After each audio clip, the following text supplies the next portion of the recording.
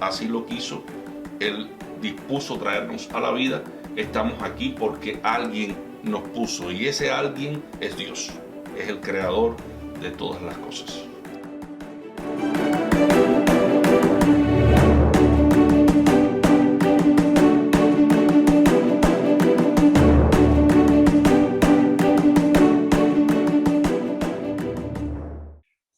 Hola mis hermanos, Dios les bendiga. Es un placer para mí compartir con ustedes una vez más un espacio como este, y estaremos tratando en el día de hoy este tema que es el manejo de situaciones de conflictos interpersonales. Les invito a que hagamos una breve oración para compartir este material. Señor, gracias te damos por tu misericordia y por tu amor. Pedimos perdón de nuestros pecados y te suplicamos en el nombre de Jesús que extiendas tu gracia sobre nuestras vidas. Al tratar estos temas, seamos edificados, porque al final de la jornada todo lo que resulte de aquí sea siempre para honra y gloria de tu santo nombre y edificación de tu obra en la tierra. Por todo lo que nosotros recibimos de ti constantemente y por lo que nos has de dar a través de este material, te damos las gracias. En el nombre de Jesús oramos. Amén. Bien, vamos a adentrarnos entonces en este material, en este tema que tenemos por delante. Vamos a compartir las fuentes de las cuales hemos nosotros tomado este material, para que sepan de dónde ha salido. Aparecen los señores Tim Challies, Lou Priolo, Wayne Mark y Daniel Sherman. Dicho esto, dándole honor a quien lo merece, nos vamos a la introducción. Un asunto que preocupa continuadamente es el de los conflictos interpersonales dentro de la iglesia. No es la existencia o la prevalencia de conflictos en sí, sino la incapacidad o la falta de voluntad para afrontarlos cuando surgen estos. A pesar de la enseñanza clara que aparece en la Biblia, no solo de que los cristianos debemos resolver cualquier conflicto, sino también la manera en que debemos resolverlos. Es simple. Como creyentes, Dios no nos permite tener peleas pendientes sin abordar con otros creyentes, con nadie. Debemos trabajar para llevar cada conflicto interpersonal a una resolución justa y apropiada. Ahora, ¿en qué conflicto estamos nosotros metidos? Antes de que podamos resolver cualquier conflicto, necesitamos entender su naturaleza. En términos generales, nos encontramos con tres tipos diferentes de conflictos interpersonales en las relaciones de cualquier iglesia local. La mayoría de los conflictos, si no todos, encajan en una de estas tres categorías. La forma de resolver un conflicto depende de su naturaleza, y por eso debemos reflexionar y orar para discernir qué tipo de conflicto es. Una vez que hemos terminado el tipo de conflicto, estamos listos para trabajar hacia la resolución. ¿Qué necesitamos hacer para resolver este tipo de conflictos? Es una pregunta interesante y que le da pie a lo que continúa después en este material. Los tres tipos de conflictos. El primero de los conflictos es aquel conflicto de diferencias o discrepancias. Más tarde hablaremos de él. Segundo tipo de conflictos son aquellos conflictos de ataques a los derechos individuales.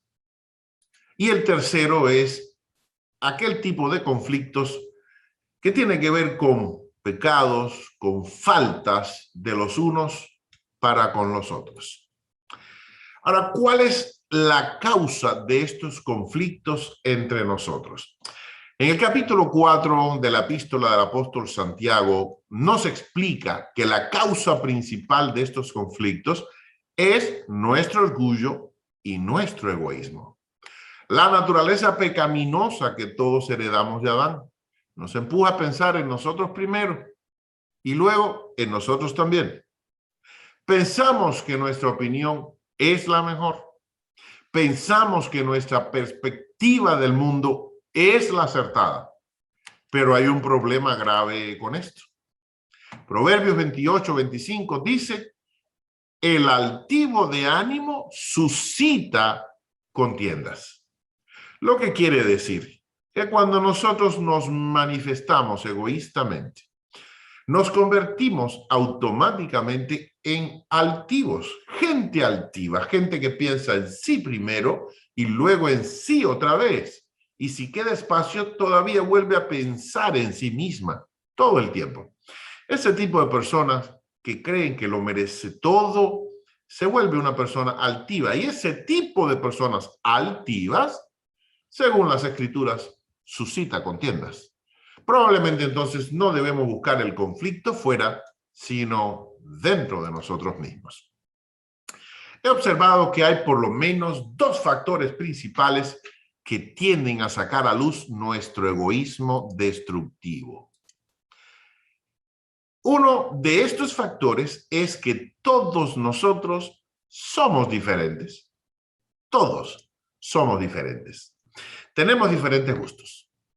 Nuestra perspectiva en cuanto a un asunto puede variar y esto produce diferentes opiniones en cuanto a cómo debemos manejar ese asunto en particular. Estas diferencias no son necesariamente malas, pero cuando se combinan con nuestro egoísmo, el resultado puede ser muy destructivo. La actitud que a veces demostramos es: si no van a jugar como yo digo, entonces yo no voy a jugar. Podemos ver esto todos los días cuando los niños pequeños juegan juntos. ¿No es así? Estoy seguro que en algún momento lo hemos visto y probablemente hemos sido partícipes de situaciones de esa manera. Lo triste realmente en todo esto es que cuando los adultos en la iglesia nos comportamos como si fuésemos esos niños, ahí tenemos un problema. Dios no tiene problemas con las diferencias de gustos. De hecho, Dios creó el universo para todo tipo de gustos. Así que en conflicto nosotros no debemos encontrarlo necesariamente en las diferencias de gustos, sino en cómo defendemos nuestro gusto. El segundo factor, el otro, es que contribuye al conflicto en la iglesia este factor cuando juzgamos a otros sin conocer todos los detalles. Ahí tenemos un serio problema. Jesús nos ha hablado específicamente de este error en Mateo 7, del 1 al 5. Dijo así textualmente el Señor: no juzguéis para que no seáis juzgados, porque con el juicio con que juzgáis, seréis juzgados. Y con la medida con que medís, os será medido. ¿Y por qué miras la paja que está en el ojo de tu hermano y no echas de ver la viga que está en tu propio ojo? ¿O cómo dirás a tu hermano: déjame sacar la paja de tu ojo y he aquí la viga en el ojo tuyo? Hipócrita, saca primero la viga de tu propio ojo y entonces verás bien para sacar la paja del ojo de tu hermano. Es decir, ¿cómo puedo yo sacarle la paja a mi hermano teniendo yo una viga en mi ojo? Si yo no me he acercado a él, no conozco sus motivaciones ni los conflictos que vive día a día, como para que haya tomado decisiones como la que tomó o haya acometido acciones como la que acometió. ¿Por qué? ¿Por qué juzgar sin conocer los detalles? No tiene sentido. Seguramente todos hemos sido culpables de cometer este error en alguna ocasión. Yo no me escapo de eso. Probablemente ustedes también me acompañen en lo mismo. A veces juzgamos al observar la apariencia de la persona o de la situación. A veces es por algo que han hecho o que han dicho, o por lo que otros nos han comentado y que nosotros mismos no hemos verificado, y eso es peor aún. Sin embargo, la razón principal que juzgamos a otras personas se debe a una falta de comunicación. Entonces, ¿cómo resolver los conflictos interpersonales? Vamos primeramente a hablar de los conflictos que son de diferencias o discrepancias. Hablemos de ellos. Los conflictos de diferencias surgen entre personas que no están de acuerdo en cuestiones de preferencia, especialmente cuando se trata de un ministerio. Aquí vamos a pensar, obviamente, en el apóstol Pablo y en Bernabé y en el conflicto sobre si llevamos o no llevamos a Juan Marcos en nuestro viaje misionero. Aparece en el libro de los Hechos, capítulo 15, versículo 39. Ambos querían hacer lo mejor por el bien del ministerio, pero allí mismo surgió una fuerte discrepancia o desacuerdo entre ellos. Vieron la situación de manera diferente y no pudieron llevarla a una resolución saludable que les permitiera realizar un trabajo juntos. Tuvieron que separarse. Por lo general, esos conflictos no se resuelven mediante un proceso formal de confrontación, sino mediante el crecimiento del carácter cristiano y la expresión deliberada de ese carácter.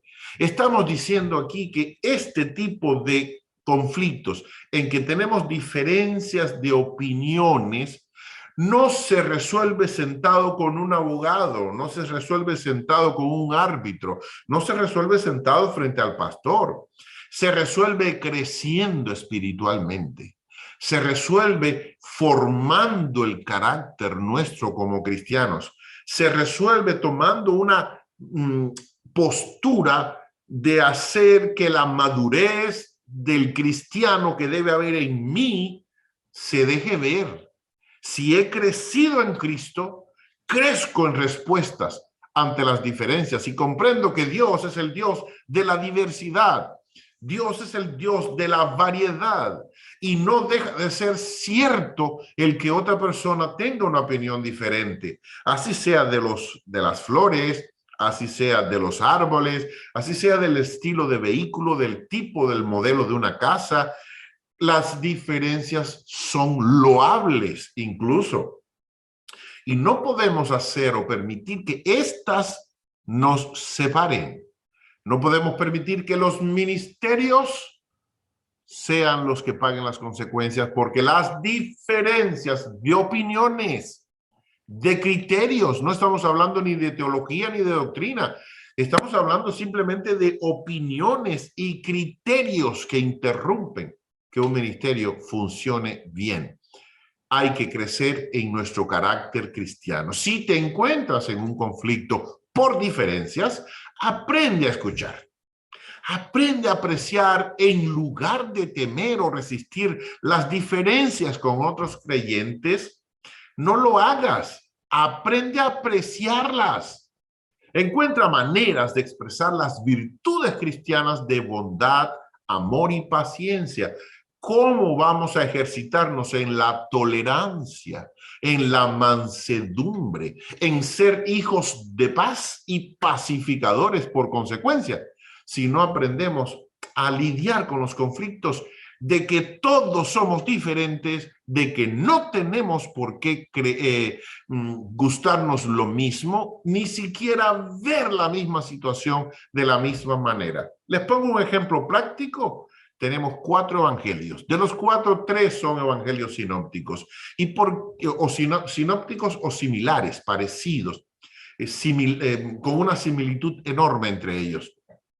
No vamos a dar una lección de Biblia hoy, simplemente estoy queriendo decir, si los 3 primeros evangelios, Mateo, Marcos y Lucas, están contando los mismos hechos, ¿por qué no concuerdan en todo? ¿Por qué hay detalles que unos cuentan y otros no? Y todo depende de la posición donde estaban cada uno de ellos cuando lo estaban viendo. Algunos estaban presentes cuando acontecía, como el caso de Mateo, pero ¿qué pasa con Marcos? No, Marcos no estaba presente. A Marcos se lo contaron y a Lucas también se lo contaron. Ellos recibieron la visión de quien se lo contó, pero uno fue Marcos, el otro fue Pedro. y lo contó. El otro fue Pablo, quien lo contó a Lucas. Pero, por favor, entendamos que son diferentes ángulos de vista de las mismas situaciones y no por eso pierden valor. Esa aplicación debiéramos tenerla nosotros también en nuestra vida cuando estemos en conflictos con algún asunto, con algún hermano, con alguna situación en que la cuestión sea cuestiones de gusto. Guárdate, mi hermano, de hacer juicios precipitados e injustos sobre los motivos o sobre la madurez de otra persona, no sea que sea tu madurez la que entre en tela de juicio. Haz lo que puedas para preocuparte más por la otra persona que por defender tus propios puntos de vista. Si te das cuenta de que has pecado contra otra persona en el camino, busca humildemente su perdón y ya veremos algo acerca de la resolución de conflictos de pecaminosidad o de pecados de unos contra otros más adelante. Vamos a ver el segundo conflicto, que es el de ataque a los derechos individuales. Los conflictos de derechos surgen cuando las personas tienen diferentes entendimientos de cómo los cristianos debemos interpretar la guía de Dios en asuntos de conciencia. En el primer siglo, Pablo se dirigió a los cristianos comiendo carne que había sido sacrificada a los ídolos. En Romanos 14 nos cuenta la historia. Ejemplos contemporáneos podrían incluir a los cristianos que utilizan anticonceptivos, los que se abstienen de tomar café o que matriculan a sus hijos en escuelas públicas. Diferencias. Dios llama a su pueblo para sí mismo, pero no nos hace clones unos de otros. Somos todos llamados a ser siervos de Dios, pueblo de Dios, pero no nos clonan. No nos hace totalmente idénticos en todo lo que creemos cuando se trata de entender y aplicar su palabra. Esto es especialmente cierto cuando se trata de asuntos de conciencia, como el número de hijos que podemos tener, si tenemos la libertad de disfrutar de un café o un té frente a la tele, o si debemos guardar el sábado como día de descanso y aún así podemos ir en el vehículo al templo sin violar la santidad del día ni faltar al mandamiento. No podemos dejar de tener convicciones en estas áreas. Está bien que tengamos convicciones, pero pronto nos daremos cuenta de que nuestras convicciones pueden diferir de las convicciones de otras personas en nuestra propia iglesia local. Eso sí, que nadie juzgue a otros al hacer estos uso del ejercicio de su libertad en Cristo, según Colosenses 2:16, ¿verdad? Tomemos en cuenta los consejos de la Biblia respecto a esto. Una vez más, los conflictos de esta naturaleza no se resuelven mediante un proceso formal de confrontación. Es decir, no me voy a sentar frente al juez, al pastor, las cosas que dije ahorita a un árbitro, no. También estos conflictos se abordan a través del carácter y la madurez cristiana. El mismo apóstol Pablo en el libro de Romanos, el capítulo 14, del cual estuvimos hablando ahorita, Pablo utiliza el lenguaje de débil y fuerte y advierte de las tentaciones únicas que amenazan con dividir a los cristianos. ¿Cuáles son las tentaciones del débil y cuáles son las tentaciones del fuerte? Porque ambos son tentados.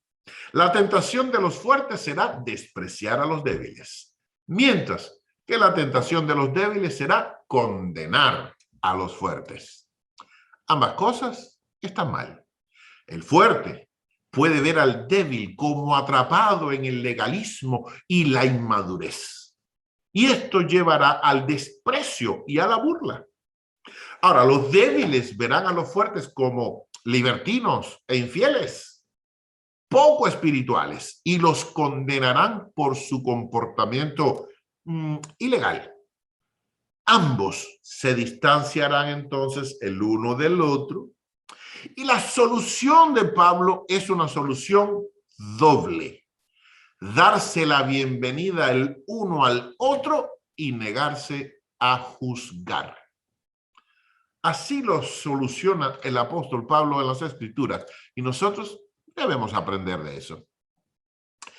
Y vayamos entonces al tercer grupo de conflictos, serían los conflictos de pecaminosidad o faltas de unos para con los otros. Los conflictos de pecaminosidad surgen cuando una persona comete un pecado contra otra.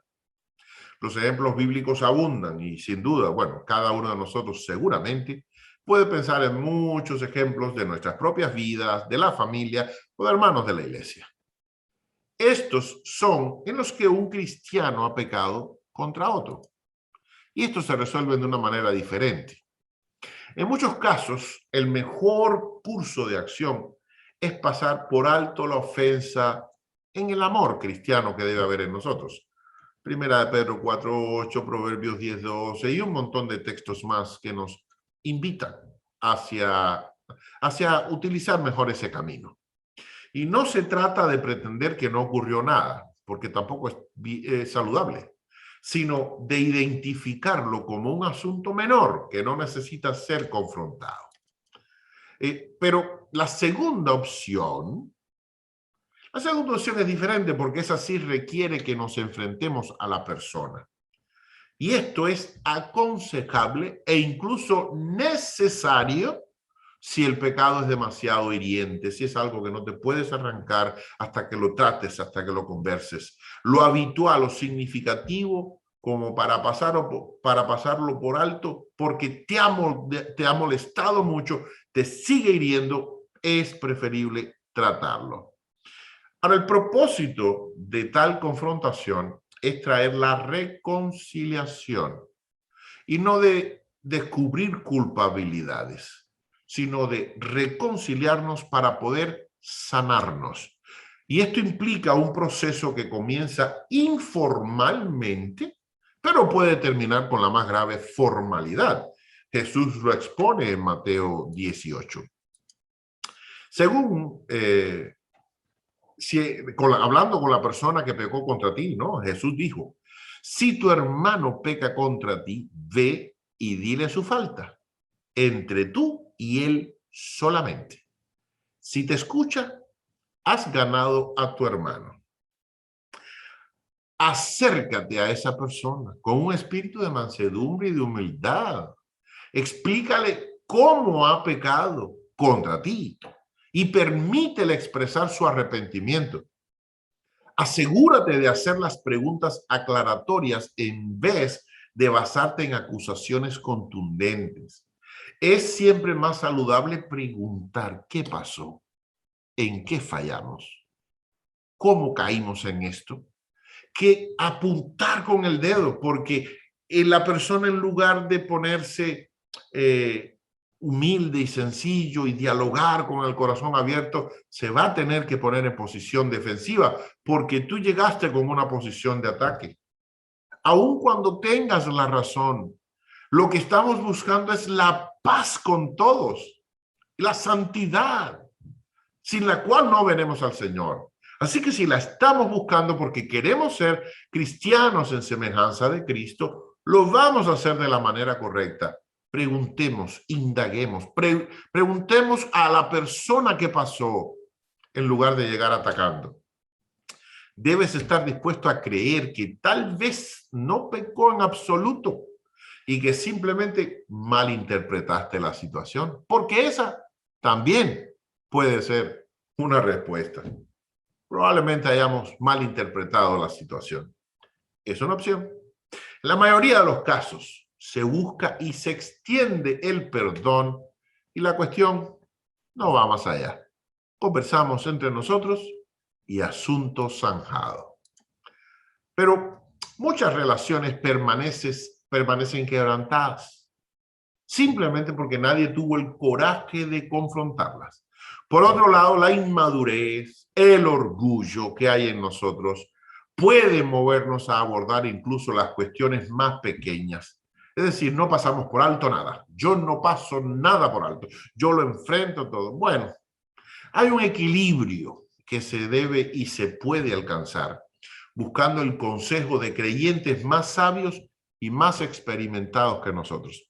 Además, siempre alguien que esté fuera de la situación piensa con la cabeza fría y nos puede dar un mejor consejo y ve las cosas mejor que nosotros. Pero mientras tanto, mientras resolvemos esa situación, sepamos que es nuestra responsabilidad mantener la discreción y al menos inicialmente proteger la reputación de la otra persona. En lugar de salir a publicarlo, proteger la reputación de la otra persona. Aunque el ofendido sea yo, proteger la reputación de la otra persona. ¿Por qué? ¿Por qué? Porque ¿qué tal si mañana descubrimos que fue un malentendido nada más? Entonces sería yo quien tendría que salir a pedir perdón porque dije, porque hice, porque comenté. El mejor resultado es cuando el asunto es conocido solo por ti y por la otra persona. Muchas personas se han creado opiniones pero muy desagradables de otros hermanos sin haber tratado con ellos nunca, simplemente porque escuchó un comentario que alguien hizo. Luego esa persona se arregló con aquel otro y yo me quedé entonces con un mal sabor en la boca y una opinión bastante fea de alguien que probablemente ni conozco todavía. Y el día que lo conozco, pues lo voy a tratar como aquello que yo me creo que es, cuando realmente no lo es. De ahí que es tan peligroso divulgar las situaciones que no es bueno, no es saludable realmente. Si la persona no expresa remordimiento ni tampoco pide perdón después de esa confrontación que hubo, entonces sí estás obligado a seguir con el segundo paso. Continuamos, la misma escritura nos dice, pero si no escucha, lleva a uno o dos o más testigos contigo, para que cada cargo, cada asunto pueda ser establecido por la evidencia de dos o tres testigos.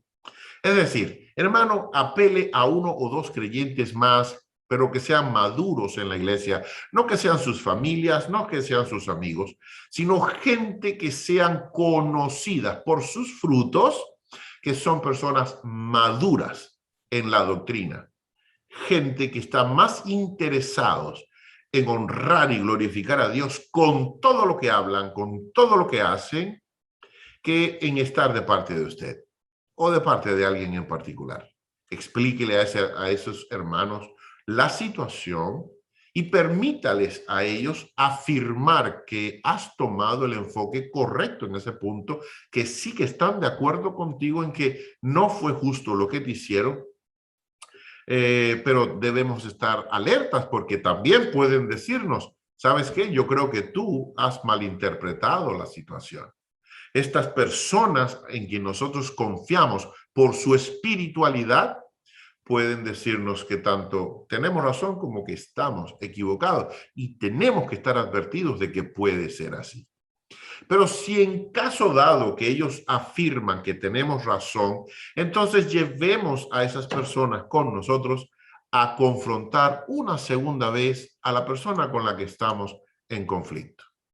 Cuando te enfrentes a esa persona, deja claro que estás siguiendo los pasos establecidos en Mateo 18, porque esa persona probablemente no esté muy feliz, no esté muy contenta con que tú vengas a ventilar los problemas entre ustedes delante de algunos testigos. Por eso tiene un valor fundamental que le expresemos que estamos simplemente siguiendo los pasos que Jesús enseñara en Mateo 18. Así que una vez más, la esperanza y la expectativa es que la persona busque el perdón y el asunto se cierre por parte de él, pero muy importantemente por parte tuya también. Si la persona sigue sin arrepentirse, incluso en este punto, entonces se convierte en un asunto para los miembros y líderes de la iglesia. Puede que estés todavía involucrado en la situación, pero la principal responsabilidad pasa de tus manos y se deposita en las manos de tus líderes, de tus pastores en la iglesia. ¿Por qué? Porque eso justamente es lo que dice Mateo 18. Nosotros tenemos que, si no resolvimos el problema delante de dos o tres testigos, entregarlo a la iglesia. Y ellos entonces trabajan, los pastores van a trabajar la situación. Cuando los pastores trabajan la situación de aquellos hermanos que continúan en su mal proceder o en una mala actitud o continúan sin resarcir el daño o pedir al menos perdón por el daño que han causado, entonces esos hermanos pueden y probablemente sean sancionados o hasta expulsados si persisten en lo mismo. ¿Por qué? Porque a paz nos ha llamado el Señor, y quien ande fuera de los términos del Señor, trazados ya por el Señor, no es oveja, probablemente es cabra o lobo disfrazado de oveja. Y eso es muy peligroso. Démosle un vistazo a las Escrituras para ver qué encontramos en ella. Jesús hace una declaración muy importante en Juan 13, 34 y 35. Dijo así: un mandamiento nuevo os doy, que os améis unos a otros como yo os he amado, que también os améis unos a otros. En esto conocerán todos que sois mis discípulos, si tuviereis amor los unos con los otros. El Señor Jesús nos está diciendo, yo quiero que entiendan que el mundo no va a comprender jamás que ustedes son hijos míos si no ven en ustedes amor. Y el amor cubre multitud de pecados. Así que cuando tú amas genuinamente, tú estarás dando por terminados los conflictos, al menos en lo que te toca a ti. Fíjense qué clase de valor tiene lo que Jesús nos pidió. Y ya que Jesús nos ha explicado que el amor es una característica esencial de un cristiano verdadero, puedes estar seguro, mi hermano, que Satanás estará metiéndose para crear conflictos entre nosotros. La Biblia nos da muchas advertencias en cuanto a nuestro trato con los demás. Santiago 4:11 nos dice: hermanos, no murmuréis los unos de los otros. ¿Cómo podemos resolver conflictos? Hermanos, no murmuremos los unos de los otros, aunque nos den razones. No murmuremos, seamos obedientes a la palabra de Dios. Obediencia a la palabra de Dios. La obediencia es nuestra bendición. En la obediencia hay éxito. En la obediencia hay cercanía a Dios y hay crecimiento. Hermanos, no murmuremos los unos de los otros. Hermanos, el mismo Santiago, ahora en el capítulo 5, el versículo 9, no os quejéis unos contra otros. Nos pide que no nos quejemos unos contra otros. En Gálatas 5:15 nos está diciendo el apóstol Pablo: pero si os mordéis y os coméis unos a otros, mirad que también no os consumáis unos a otros. Señal de alarma, advertencia, abre los ojos, hermano. Miren, si se andan mordiendo, si nos andamos comiendo unos a otros, ¿qué va a pasar? Vamos a ser consumidos. Bueno, vamos a ser consumidos ahora por el infierno que llevamos dentro y el que provocamos, y luego también en el otro infierno, el que está reservado para el diablo, sus ángeles y todos los que le siguen. Ojo, cuidado con eso. En Hebreos 12, que lo mencionamos ahorita, 14 y 15, seguid la paz con todos y la santidad. Bueno, yo no puedo vivir la santidad si no tengo paz. Es imposible ser un hijo de paz, pretender ser un hijo de santidad sin ser un hijo de paz también. Así que seguid la paz con todos y la santidad, sin la cual nadie verá al Señor. Mirad bien, no sea que alguno deje de alcanzar la gracia de Dios, que brotando alguna raíz de amargura os estorbe y por ella muchos sean contaminados. Es decir, brota raíz de amargura dentro de nosotros, eso me estorba para mi salvación, me estorba para el ministerio que Dios me dio, me estorba para mi realización espiritual, le estorba a la iglesia de Dios, le estorba a mi congregación. Muchos terminan siendo contaminados. Y si en la Escritura leemos que aquel que hace escandalizar o perderse a alguno de los pequeñitos, mejor le fuera atarse de una piedra de molino de asno y lanzarse a lo profundo de la mar. ¿Qué ustedes creen que está diciendo el apóstol aquí al escribirle a los hebreos. ¿Qué ustedes creen? ¿No será algo más o menos parecido a lo que Jesús había dicho de la piedra de molino de asno y lanzarse a lo profundo de la mar? Te va a estorbar y muchos van a ser contaminados y es necesario que vengan los escándalos, dijo Jesús, pero ay de aquel por el que viene el escándalo. Es mejor seguir la paz y la santidad, porque sin ellas nadie verá al Señor.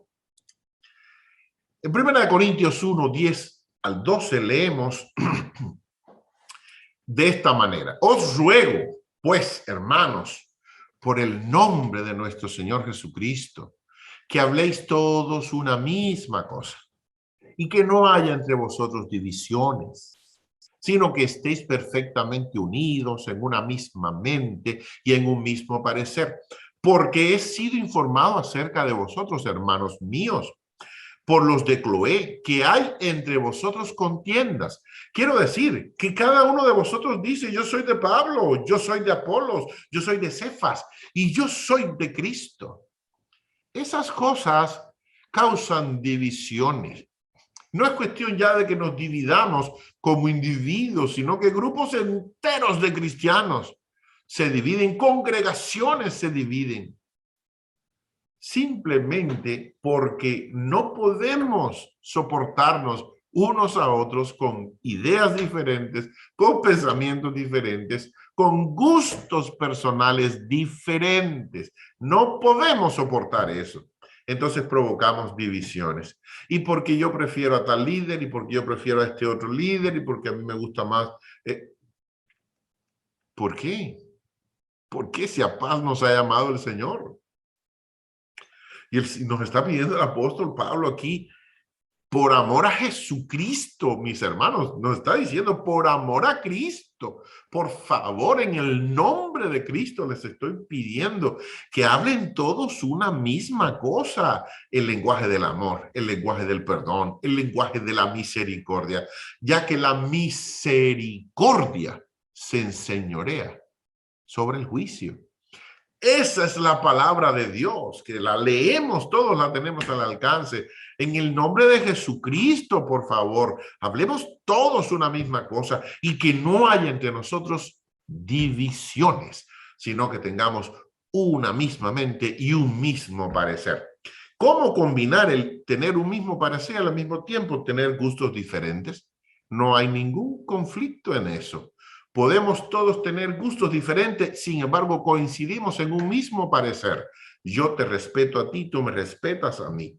Yo te apoyo a ti, tú me apoyas a mí. Yo te perdono a ti, tú me perdonas a mí. Ese es nuestro parecer. Tenemos una misma mente. Todo lo que hagamos de hecho, de palabra, vamos a hacerlo para el Señor.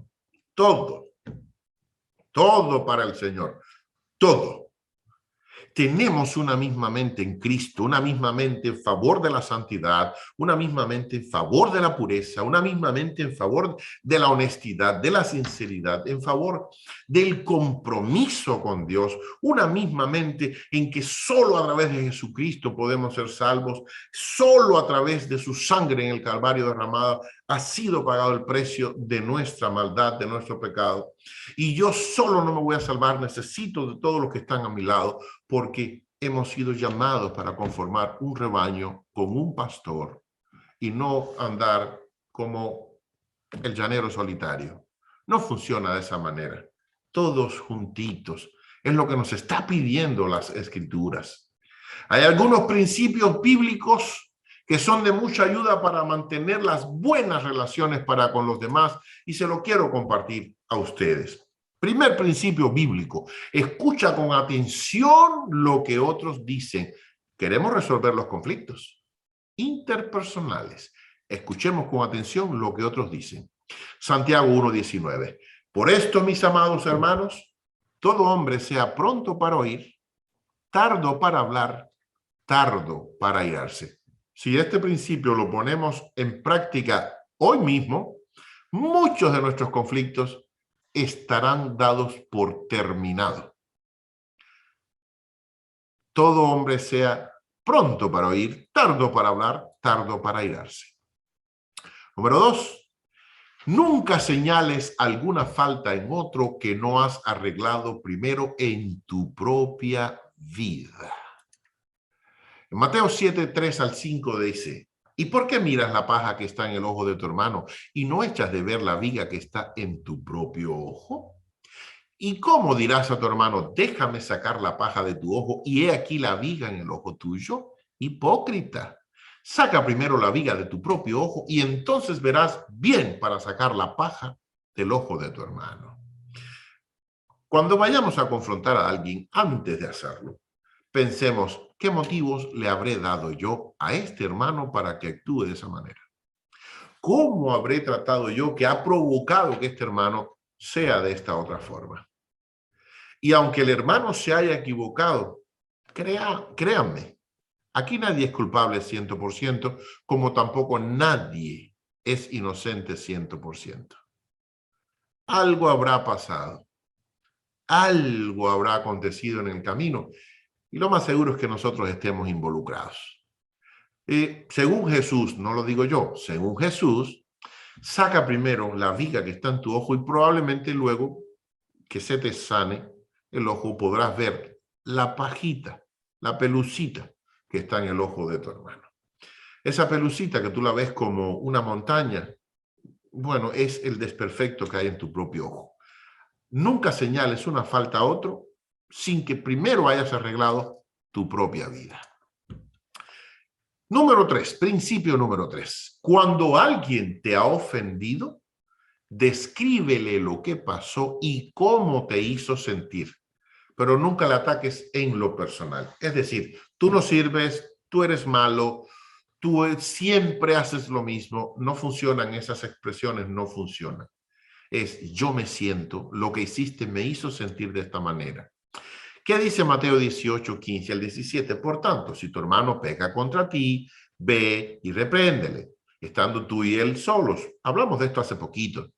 Si te oyere, has ganado a tu hermano, mas si no te oyere, toma un contigo, a 1 o 2, para que en boca de 2 o 3 testigos conste toda palabra. Y si no oyere a ellos, dilo a la iglesia. Y si no oyere a la iglesia, tenle por gentil y publicano. Fíjense.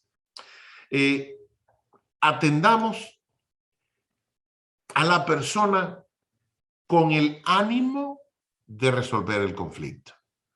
Dice Proverbios 15:1, la blanda respuesta quita la ira, mas la palabra áspera hace subir el furor. Lo que quiere decir, ve a resolver el problema, no armar un problema del problema, porque entonces vas a tener 2 problemas irresueltos. Principio número 4. Pero si has sido tú el que has ofendido a alguien, entonces ve tú y pídele perdón. Discúlpate con esa persona. En el mismo libro de Mateo, capítulo 5, versículos 23 y 24, dice así: por tanto, si traes tu ofrenda al altar y allí te acuerdas de que tu hermano tiene algo contra ti, deja allí tu ofrenda delante del altar y anda. Reconcíliate primero con tu hermano y entonces ven y presenta tu ofrenda. Lo que quiere decir que Dios no va a aceptar tu ofrenda. Dios no va a recibir tu ofrenda. Tu ofrenda va a ser fuego extraño en la presencia de Dios. ¿Por qué? Porque el Señor necesita, y nos lo dice en tu palabra, quiero pues que levantéis en todo tiempo manos limpias, sin iras ni contiendas. Nos lo pide el Señor en su palabra. Nos lo pide Jesús directamente. Deja tu ofrenda. No la quiero, no me sirve. Vuelve primero en amistad con tu hermano y entonces ven y presenta tu ofrenda. De lo contrario, no me interesa. Resolvamos nuestros conflictos primero. Número 5. Nunca supongas el motivo del otro al decir o hacer algo. Háblale mejor, háblale y acláralo. No juzguéis para que no seáis juzgados. Ya hablamos de esto. Porque con el juicio con que juzgáis seréis juzgados y con la medida con que medís se os medirá. Tampoco debes formar tu concepto de alguien por lo que otro ha dicho de él. Hay que aclarar todo con la persona misma y no ser influenciado por lo que otros piensan. Tal vez tenga razón o tal vez esté en error. Cuidado que alguien no te haga juzgar mal a otro, porque si alguien por su comentario hace que tú juzgues mal a otro, aquel pagará sus errores, pero tú estarás también pagando por la simple razón de que hiciste un juicio sin ningún conocimiento de causa.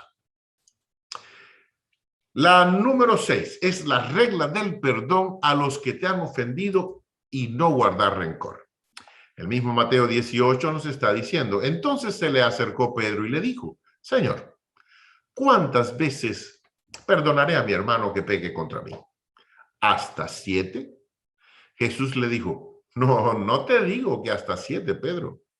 No, si aún mucho más hace falta, pues mucho más se da. Hasta 70 veces 7. Estamos hablando de 490 veces. 490 veces por día. 490 veces por día. Porque si no perdonáis vosotros a vuestros hermanos sus ofensas, tampoco vuestro Padre Celestial perdonará vuestras ofensas. Y porque decimos en el Padre Nuestro, perdona nuestras deudas, como también nosotros perdonamos a los que nos deben. Entonces, ¿cómo vamos a resolver el conflicto? Apliquemos también esta regla. Perdonemos.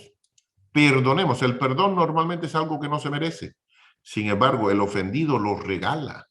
Es un regalo. Nosotros somos perdonados, no porque nos lo merecemos, sino porque Dios nos regala el perdón. Hagamos nosotros exactamente lo mismo.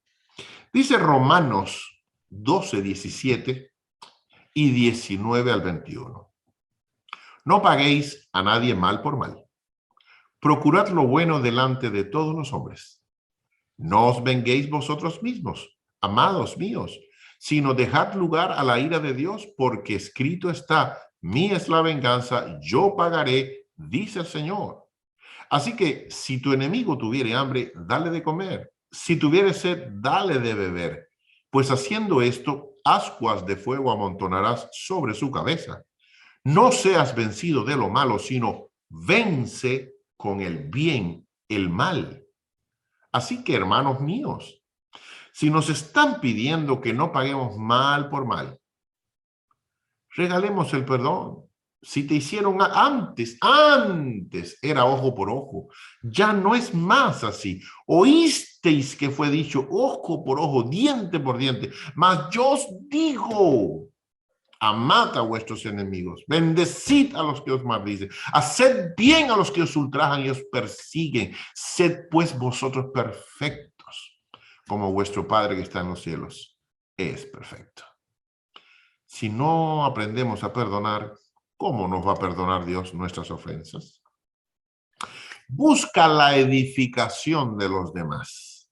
Todos tenemos una responsabilidad con Dios de bendecir su reino, de bendecir su grey, de bendecir su rebaño. Todos tenemos una responsabilidad, un deber moral, y si somos agradecidos, lo vamos a hacer. Busquemos la edificación de los demás.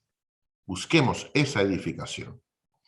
Comparte un versículo con esa persona que lo necesita. Aún la que te ofendió, comparte un versículo, pero hazlo en amor, ¿eh? No vaya a ser que la gente sienta que es ironía o que es de otra manera. Comparte con ellos un versículo, una experiencia de tu propia vida. Con eso tocas el corazón de la persona. Recomienda algo que puedan leer, que les pueda fortalecer. Ponles en contacto con alguien que les pueda ayudar a tener victoria en esa área de debilidad que tienes, hermano. Dice Romanos 14, 19, así que sigamos lo que contribuye a la paz y a la mutua edificación. Eso es lo que hay que seguir, hermanos. Lo que contribuye a la paz y a la mutua edificación. Dice el mismo libro de Romanos, ahora en el capítulo 12, el 18 versículo es, si es posible, en cuanto dependa de vosotros, estad en paz con todos los hombres. Si es posible, quiere decir, si estamos en una guerra y nos están persiguiendo, bueno, hermano, corre, huye, escóndete. No salgas a tratar de ponerte en paz con el enemigo que te está tirando tiros. No, escóndete, protégete. Son las formas en que uno pudiera decir, entiendo que, bueno, no es posible. Pero aquí el si es posible está diciéndote, mira, este es el esfuerzo que tú debes realizar.